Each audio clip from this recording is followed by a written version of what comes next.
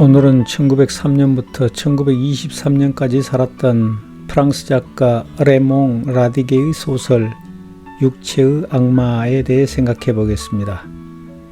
이 소설은 20살에 요절한 시인이자 소설가인 작가가 17살에 발표했던 어쩌면 작가 자신의 소년 시절 연애 실습 이야기라고 할 수 있습니다. 그럼 소년과 유부녀의 사랑을 그린 소중한 문장들을 소개해 드리겠습니다.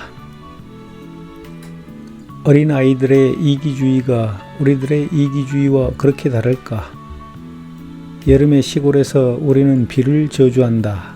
그러나 농부들은 그 비를 갈구하는 것이다. 15살인 나와 19살의 처녀 마르트가 대화를 나눕니다. 마르트는 전쟁터에 가 있는 군인과 약혼한 여자입니다. 사회의 도덕은 청소년과 남의 부인이 될 약혼녀의 사랑을 저주하지만 그 당사자들은 사랑을 갈구합니다.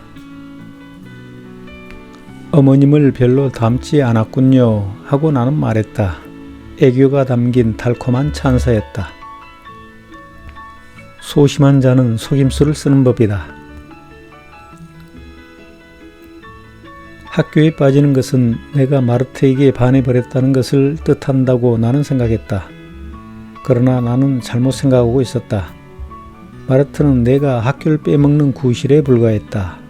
그 증거로 마르트와 함께 자유에 대한 매력을 맛보고 난 다음에는 그 자유를 혼자 맛보고 싶어 했으며 나아가서는 추종자를 만들고자 했던 것이다.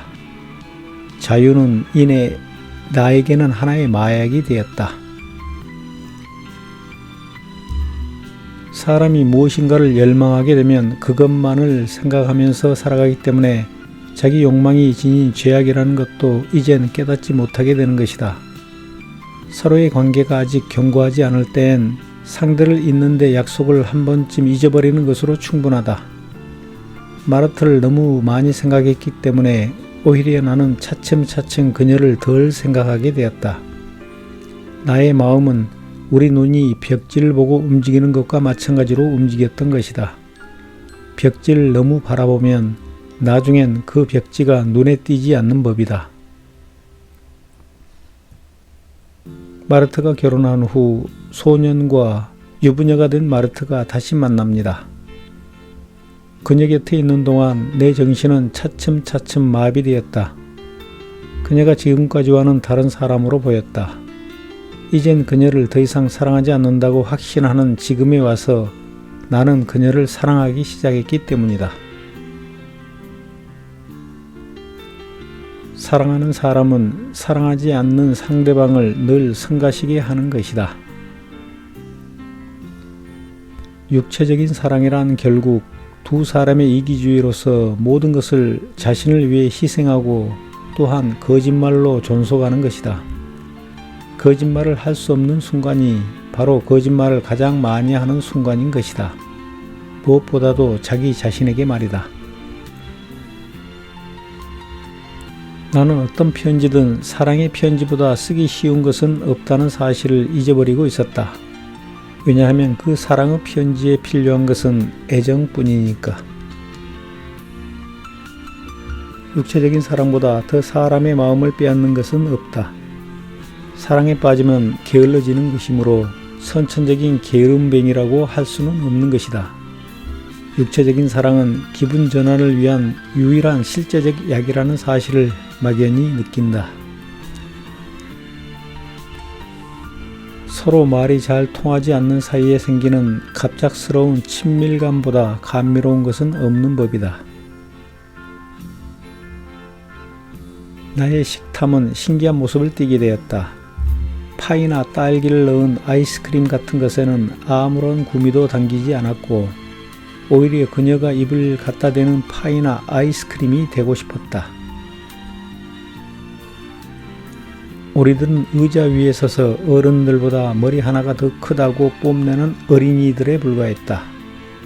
어린아이는 구실을 찾는 법이다. 늘 부모 앞에 불려가서 자기 변명을 해야 하므로 거짓말을 한다는 것은 피할 수 없는 일이다. 마르트가 말한다. 남편과 함께 행복한 것보다 당신 곁에서 불행한 것이 오히려 더 좋아. 그 말이 정확히 무엇을 뜻하는 것일까? 사랑하지 않는 사람과 함께 있어도 행복할 수가 있다는 것인지, 나는 마음과 영혼의 현기증을 뱃멀미에 비유해 보는 것보다 더 잘된 비유는 없을 거라고 생각했다. 마르트가 없는 인생이란 하나의 기나긴 항해와 같았다. 나는 목적지에 다다를 것인가? 마치 처음으로 뱃멀미를 겪을 때 항구에 닿는지는 아랑곳하지 않고 차라리 그 자리에서 죽기를 바라듯이 나는 장래에 대하여 마음을 쓰지 않았다. 며칠이 지나자 좀 덜해진 멀미가 나로 하여금 흔들리지 않는 육지를 생각하게 하는 여유를 주는 것이었다. 소년과 젊은 유부녀는 처음 만났을 때 육체적 사랑을 했습니다. 얼마 후 유부녀는 정신적 사랑으로 발전했지만 소년은 그러지 못하고 마음과 영혼이 멀미를 겪습니다. 좀 더 시간이 흐른 뒤 소년의 멀미가 덜해지면서 유부녀에 대한 정신적 사랑을 느끼게 될 즈음에 유부녀는 죽음에 맞닥뜨리게 됩니다. 이 소설의 마지막 장면에서 마르트는 첫 애를 낳은 후 죽습니다. 그런데 죽기 전에 아이의 이름을 소년의 이름과 똑같이 지었고 그 아이가 남편이 아닌 소년의 아이임을 알리는 편지를 소년에게 보냅니다. 17살의 소년 작가는 이렇게 말합니다. 아주 가까운 곳에 있는 것만큼 그것 자체를 닮지 않은 것은 없다. 죽을 뻔했던 사람은 죽음을 안다고 믿는다. 어느 날 마침내 그 죽음이 나타나면 그는 그 죽음을 알아채지 못한다. 그리고 이것이 죽음은 아닌데 하고 죽어가면서 말하는 것이다. 나는 작가 레옹 라디게의 이 문장을 이렇게 해석합니다. 육체적인 사랑만큼 사랑 자체를 닮지 않은 것은 없다. 육체적인 사랑에 빠질 뻔했던 사람은 사랑을 안다고 믿는다. 어느 날 마침내 진실한 사랑이 나타나면 그는 그 사랑을 알아채지 못한다. 그리고 이것이 사랑은 아닌데 하고 말하는 것이다. 감사합니다.